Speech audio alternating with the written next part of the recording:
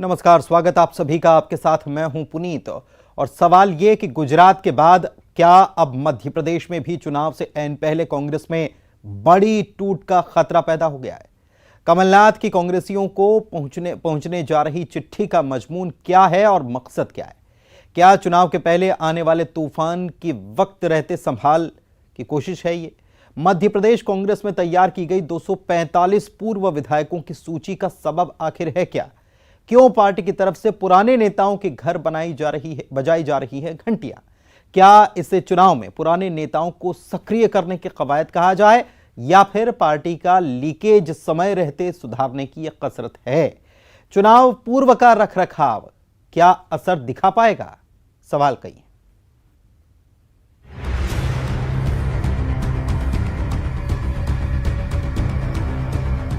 जिस वक्त कांग्रेस को 2023 के इम्तिहान के मद्देनजर बीजेपी सरकार पर सड़क से लेकर सदन तक हमलावर होने की तैयारी करनी चाहिए, उस वक्त में पार्टी परिवार की संभाल में जुटी हुई है। क्यों जुटी हुई है, सवाल ये है। पार्टी में 245 पूर्व विधायकों की सूची तैयार की गई है, जिन्हें पीसीसी चीफ कमलनाथ पत्र लिखेंगे और फोन से संपर्क भी साधेंगे। जानकारी यह है कि पार्टी में बड़ी टूट की सूचना के मद्देनजर ये रखरखाव शुरू हुआ है। छोटे से छोटा कार्यकर्ता, बड़े से बड़ा नेता, पूर्व विधायक हमारे परिवार के सदस्य और हम सब परिवार में भाईचारे के साथ इकट्ठे बैठ के इस प्रदेश के कुशासन को हटाने के लिए पूरी तरह कटिबद्ध हैं और सब मिलके भारतीय जनता पार्टी की सरकार को उखाड़ने का काम करें।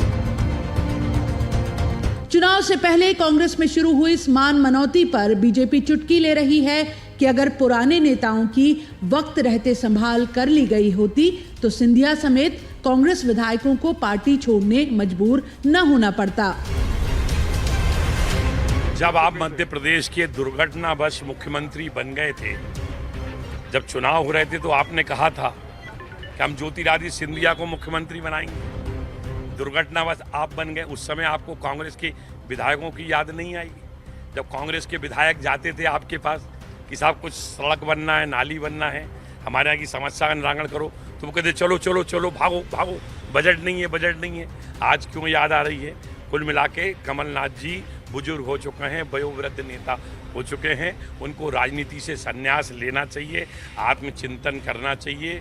केदारनाथ की पहाड़ियों के ऊपर जाके 2 साल चिंतन करें, मनन करें, फिर विचार करें।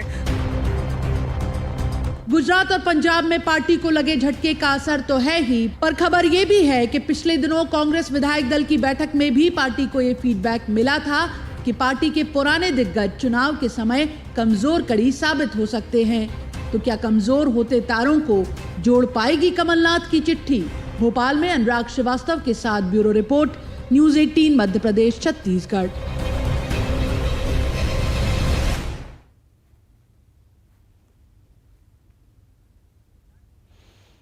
तो चिट्ठी क्या कुछ असर दिखा पाएगी? क्या पार्टी संभाल अपने नेताओं की कर पाएगी जो अभी तक हाशिए पर थे, लेकिन चुनाव नज़दीक आते ही अब उनकी पूछ परख बढ़ने लगी? हमारे साथ खास पैनल जुड़ रहा है इस बेहद गंभीर मुद्दे पर बातचीत करने के लिए। हमारे साथ जुड़े हुए हैं हमारे सहयोगी अनुराग श्रीवास्तव भोपाल से, साथ ही में जुड़े हैं संजय यादव, आप विधायक हैं कांग्रेस के।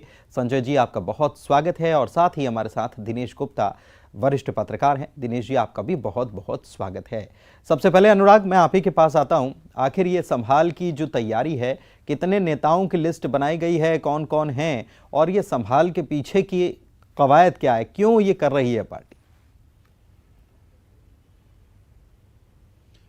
देखिए पुनीत, 2018 के चुनाव के बाद सत्ता पर पहुंची कांग्रेस अपनों को नहीं संभाल पाई थी और उसी के कारण उसको सत्ता गंवाना पड़ा था। लेकिन अब जिस तरीके के हालात बन रहे, पंजाब के हालात ले लें, गुजरात के हालात ले लें, वहां पर भी कांग्रेस दल बदल कर बीजेपी में या फिर दूसरे दलों में शामिल हो रहे हैं। मध्य प्रदेश में भी कांग्रेस को इसी बात की चिंता है कि यदि 2023 के चुनाव से पहले बड़ी टूट हो सकती है तो उसमें कौन सी कमजोर कड़ियां साबित हो सकती हैं। और इसमें जो नाम निकल कर आए, जो पार्टी में हाशिए पर चले गए नेता हैं वो उनके नाम निकल कर आए। और जो कांग्रेस पार्टी ने अब सूची तैयार की है, वो बताया जा रहा है कि 245 पूर्व विधायक, सांसद, जनप्रतिनिधियों के नामों की सूची तैयार की गई है, जो कि चुनाव के पहले कांग्रेस के लिए कमजोर कड़ी साबित हो सकते हैं। तो ऐसे में 2023 के पहले किसी तरीके का जोखिम कांग्रेस पार्टी नहीं लेना चाहती, और यही कारण है कि जो घर बैठ चुके हैं, जो पार्टी में हाशिए में चले गए नेता हैं, उनकी पूछ परख बढ़ाकर उनको सम्मान देकर कांग्रेस पार्टी उन्हें अपने साथ अभी से शामिल करना चाहती है, ताकि एन मौके पर उसको किसी तरीके का जोखिम ना उठाना पड़े। तो उन तमाम पूर्व विधायक, पूर्व सांसदों को चिट्ठी कमलनाथ की तरफ से जारी की जा रही है। सिर्फ चिट्ठी नहीं, बल्कि फोन कॉल के जरिए भी उनका हालचाल जानने की कोशिश होगी। और चुनाव के ठीक पहले कमलनाथ उन पुराने नेताओं के घर भी जाएंगे जो नेता पार्टी के साथ कभी रहे हैं। तो किस तरीके से 2023 में पुराने और नए चेहरों के साथ कांग्रेस पार्टी मैदान में जाएगी, उसको लेकर जो रणनीति तैयार की जा रही है, उसी का एक हिस्सा है कि कमलनाथ पहले पत्र के जरिए पूर्व नेताओं की पूछ परख लेंगे और उसके बाद फोन कॉल के जरिए उनका हालचाल जानेंगे। तो मतलब साफ है कि 2023 को लेकर जो रणनीति तैयार जा रही है, हो रही है, उसी के तैयारी के मद्देनजर सबको एक्टिवेट कर लिया जाए, ये तैयारी है। शुक्रिया अनुराग आपका इस जानकारी के लिए। हमारे साथ एक खास मेहमान और इस वक्त जुड़ चुके हैं, आशीष अग्रवाल, प्रवक्ता हैं बीजेपी के। आशीष जी, आपका भी बहुत बहुत स्वागत है। संजय यादव सबसे पहले हमारे साथ कांग्रेस के विधायक जो हैं उनके पास चलते हैं। संजय जी, क्यों ये तैयारी हो रही है? क्या डर सता रहा है कि कहीं टूट ना हो जाए? क्योंकि हमने देखा है कि 2014 के बाद से कांग्रेस में जितनी टूट हुई है, तो शायद क्या कांग्रेस को अंदर ही अंदर डर सताने लगा है, भय है कांग्रेस को? देखिए, ना कोई भय है ना डर है। आप जानते हैं कि 2018 में जब हमारी सरकार बनी, उसके बाद 12-15 महीने बाद सरकार गिरी, उसके बाद लगातार कोविड रहा 2 साल। तो कोविड के दौरान ऐसे कोई दौरे नहीं हो पाए, ऐसा कोई काम नहीं हो पाए। और जब हम काम करने की बात करते हैं, लोगों से मिलने जुलने की बात करते हैं, तो आप लोगों को भी ये समझना चाहिए कि चुनाव नज़दीक है, 15-16 महीने बचे हैं, वो कोविड के कारण लगातार, नहीं तो कमलनाथ जी जैसा मैनेजमेंट, कमलनाथ जी जैसा मेहनती और कमलनाथ जी वाला जनहित की सोच रखने वाला व्यक्तित्व आज मध्य प्रदेश में चाहे कोई दल हो, चाहे भारतीय जनता पार्टी, चाहे किसी दल के पास ऐसा नेतृत्व नहीं है जो कमलनाथ जी के पास मिला। हमारा भी सौभाग्य, जनता का भी सौभाग्य। जो टूटन होना थी वो टूट गई, बड़ी टूटन। भारतीय जनता पार्टी की जो रणनीति इस समय जो चल रही है, वो भारतीय जनता पार्टी की स्टडी ये चल रही है, वो भाजपा अपने कार्यकर्ताओं को, नेताओं को भूल गई। भाजपा ये देखती है, उसको मालूम है कि कांग्रेस के लोग जनता के बीच में ज़्यादा इनकी पकड़ है या ज़्यादा मजबूत है, तो वो प्रयास करती है कि उनको डोरे डाल के अपना कार्यकर्ता बनाए। 20 साल पुराना हो, 25 साल पुराना हो भाजपा का कार्यकर्ता है, नेता, उसको दरकिनार करके वो तो कोशिश करते हैं कि भाजपा का जो फिक्स वोट बैंक है वो तो उसको मिलेगा, लेकिन जिसका व्यक्तिगत प्रभाव है उसका वोट से भारतीय जनता पार्टी पिलर ले जाएगी। तो भाजपा हमेशा प्रयास करती है कि उन व्यक्ति को पकड़ा जाए जो कांग्रेसी हो, जिसका व्यक्तिगत स्ट्रैटेजी तो देखिए संजय जी, सभी दलों की ये स्ट्रैटेजी होती है, नई बात तो नहीं है। लेकिन सवाल ये है कि आप बोल रहे हैं कि इतनी प्लानिंग है और टूट 2018 में जो होनी थी, देखिए टूट जो होनी थी ये तो कभी राजनीति में तय नहीं हो सकता। राजनीति में कभी कुछ चीज तय नहीं होती है, क्योंकि हम देख रहे हैं कि 2014 से जो टूट हुई है तो वो अनवरत जारी है। उपचुनाव के बाद भी टूट हुई है, ये आप भी मानेंगे ना? देखिए, मैं उसका मैंने एक कारण बताया है। एक तो वही कांग्रेस छोड़कर भारतीय जनता पार्टी में जाएगा जिसके अवैध काम है, जिसको भारतीय जनता पार्टी का डर है, भय है। आज पूरे देश में राहुल गांधी इतनी ईमानदारी के साथ क्यों मोदी के खिलाफ बोल रहे हैं, बाकी लोग क्यों नहीं बोल रहे? अगर राहुल गांधी ईमानदार न होते तो मोदी के खिलाफ किसी की हिम्मत नहीं बोलने की। उसका ईडी का छापा पड़ जाएगा, उसका इनकम टैक्स का छापा पड़ जाएगा, उसको किस तरह से प्रताड़ित किया जाएगा। तो जिनके गलत काम है, नहीं प्रताड़ित क्या किया जाएगा, यही तो खासियत है। देखिए, आप आधा सच स्वीकार कर रहे हैं, आप कह रहे हैं कि हिम्मत नहीं है बोलने की, अगर जो सच्चा होता है वही बोल पाता है और नहीं तो उसके यहाँ छापा पड़ जाएगा। ये इसमें बहुत सारी बातें आपके कॉन्ट्राडिक्शन है। ठीक है, आप हमारे साथ बने रहिए।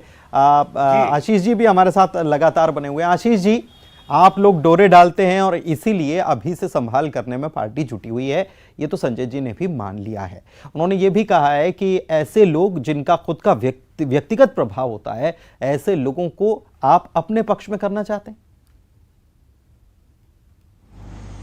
उम्र भर गालिब यही भूल करता रहा, धूल चेहरे पर थी और मैं आईना साफ करता रहा। तो कांग्रेसी मित्र अपने अंदर की टूटन और फूटन को अगर भारतीय जनता पार्टी की पराक्रम और पुरुषार्थ की चमक पर डालना चाहते हैं तो डालते रहें। पर ये टूटन क्यों हो रही है, इसके लिए दिल्ली में 23 नेताओं ने एक मोर्चा खोला था, G23 जिसका नाम था, और उन्होंने कहा था कि कांग्रेस को अब घर की नहीं सबकी पार्टी बन जाना चाहिए, परिवारवाद से परे चले जाना चाहिए, जनता की बात करने लगना चाहिए। और ये सब ना करते हुए मेरे मित्र अगर भारतीय जनता पार्टी पर डालते हैं तो इस खुशफहमी में जीते रहें। देखिए कितना विचित्र संगठन है। 245 नेता इतने समय से मुख्य धारा से छूटे हुए हैं और कांग्रेसियों को अब याद आ रही है, और याद भी आ रही है तो क्या, अब उनको टेलीफोन और चिट्ठियां लिखी जाएंगी। तो और इसका जिम्मा किसको दिया जा रहा है? कमलनाथ जी को, जिनको चलो चलो अपनी सरकार के समय जो वो अपने नेताओं से कहते थे, जिससे वो रूठ के चले गए, उसके लिए जाना जाता है। तो मुझे गालिब की वो दूसरी पंक्तियां याद आती हैं कि हमको उनसे है वफा की उम्मीद, जो नहीं जानते वफा क्या है। तो अगर कमलनाथ जी के जिम्मे इन सभी रूठे हुए नेताओं की अगर सेहरा बांधना चाहते हैं कांग्रेसी, तो मेरी उनको दोबारा से शुभकामनाएं। बात यही है, कांग्रेस एक गुटों में बटा हुआ मध्य प्रदेश का संगठन है जो पूरे देश में कमजोर नेतृत्व के कारण, जिसमें लोगों को दिशा नहीं दिख रही है, लोग छूट कर जा रहे हैं। और कांग्रेस अपनी इन मुख्य बीमारियों को ना सुलझाते हुए सिर्फ दिखने वाली चीजों का इलाज करना चाहती है। ये कांग्रेस को काम करेगा नहीं, और नतीजा वही होगा, कांग्रेस से लोग लगातार छोड़ते हुए जाते जाएंगे और कांग्रेस ही इसका ठीक रहा। मतलब यानी कि तैयारी आप लोगों ने भी कर रखी है, अभी से आप कह रहे हैं कि छोड़ते हुए चले जाएंगे। ठीक है, वो आने वाले दिनों में साफ होगा। दिनेश जी के पास चलते हैं। दिनेश जी, ये जो अभी हम सुन रहे थे, आशीष जी ने कहा चलो चलो, और जो कांग्रेस की अभी के कवायद है, लिस्ट बनाई जा रही है, जो गुजरात में हुआ, जो पंजाब में हुआ, उसको देखते हुए क्या ये कमलनाथ समझ रहे हैं कि जो 18 महीने में जो चलो चलो की बात आशीष जी कह रहे थे कि एक नेता कार्यकर्ताओं से बनता है या अपने छोटे नेताओं के सपोर्ट से नेता बड़ा नेता बनता है, क्या समझ रहे हैं कि अब उसको जो हुआ है पिछले 18 महीने में उसको सुधारने की जरूरत है? क्या इसकी कवायद है? नहीं, देखिए 2018 के चुनाव की जो रणनीति थी या आप 2023 के चुनाव की जो रणनीति अब देखेंगे, उसमें बहुत ज़्यादा पुनीत जी आपको फर्क नहीं दिखाई देगा जी। जो पूर्व विधायक हैं वो कहीं ना कहीं, हर कोई भी पूर्व विधायक है वो एक पार्टी की एसेट होता है, उसका अपना एक वोट बैंक होता है जी। और पार्टी को जानता है, वहाँ के इक्वेशन को जानता है कि किस तरह से कौन सा पोलिंग स्टेशन जीता जा सकता है। यदि ये कवायद कमलनाथ जी चुनाव के जो 1.5 साल पहले कर रहे हैं, तो ये मान लेना चाहिए कि कांग्रेस कहीं ना कहीं अब ये उस अवसाद से निकल आई है जो मार्च 2020 में हमें लग रहा था कि अब मध्य प्रदेश केवल एक दलीय शासन वाला राज्य होगा। अब वही जो जिसको आप जिक्र कर रहे थे कि क्या बड़ी टूट की कोई आशंका है, तो ये जो एक ट्रेंड हम पिछले दिनों देख रहे हैं, चाहे गुजरात हो या दूसरे राज्यों में है, ये आशंका तो है ही। और मध्य प्रदेश में भारतीय जनता पार्टी के मुकाबले में केवल एक ही दल है, कांग्रेस। और कांग्रेस की जो राजनीति है वो या कांग्रेस जिस तरह का दल है वो काडर बेस्ड दल नहीं है, वो लीडर बेस्ड पार्टी है। यदि उस पार्टी के जनाधार वाले नेता उसको छोड़ देते हैं तो निश्चित तौर पर वो पार्टी कमजोर हो जाती है। और ये कवायद जो है लगातार चल रही है। उसमें पूर्व विधायक भी कई हैं जो टिकट के दावेदार होते हैं, जिसे हम ये देखते हैं कि गुटबाजी के कारण कई बार उसे टिकट नहीं मिल पाता और फिर या अन्य जातिगत कारणों से नहीं मिल, हाँ वो नाराज होकर बैठ जाते हैं। ये कांग्रेस में ये है कि आपको टिकट नहीं मिला तो वो घर बैठ जाता है, पोलिंग स्टेशन पर नहीं जाता। जिसको टिकट मिलता है वही अपने पोलिंग स्टेशन का इंतजाम करता है, वही अपने सारे दल बल का इंतजाम करता है। यदि एक सूत्र में इन सबको बांधा जाए तो कांग्रेस कहीं ना कहीं ये होता है कि जब भी एक दिखाई देती, 1993 का जो है आप याद करेंगे तो 1993 में भी माधवराव सिंधिया जी ने कोशिश की थी कि सारे नेता, सारे गुट के नेता एक मंच पर आए और उसका फायदा मिला था। बाबरी मस्जिद गिरने के बाद भी भारतीय जनता पार्टी 1993 में सरकार में नहीं आ पाई थी। तो जब भी कांग्रेस में एकता होती है तो भारतीय जनता पार्टी के लिए चुनौतियां बढ़ जाती हैं। जब गुटबाजी होती है तो भारतीय जनता पार्टी को सरकार में आने से कांग्रेस रोक नहीं पाती।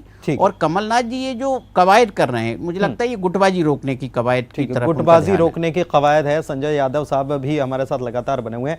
संजय जी, गुटबाजी रोकने की कवायद है, टिकट नहीं मिलता था, नेता घर बैठ जाते थे, दिनेश जी को हम सुन रहे थे।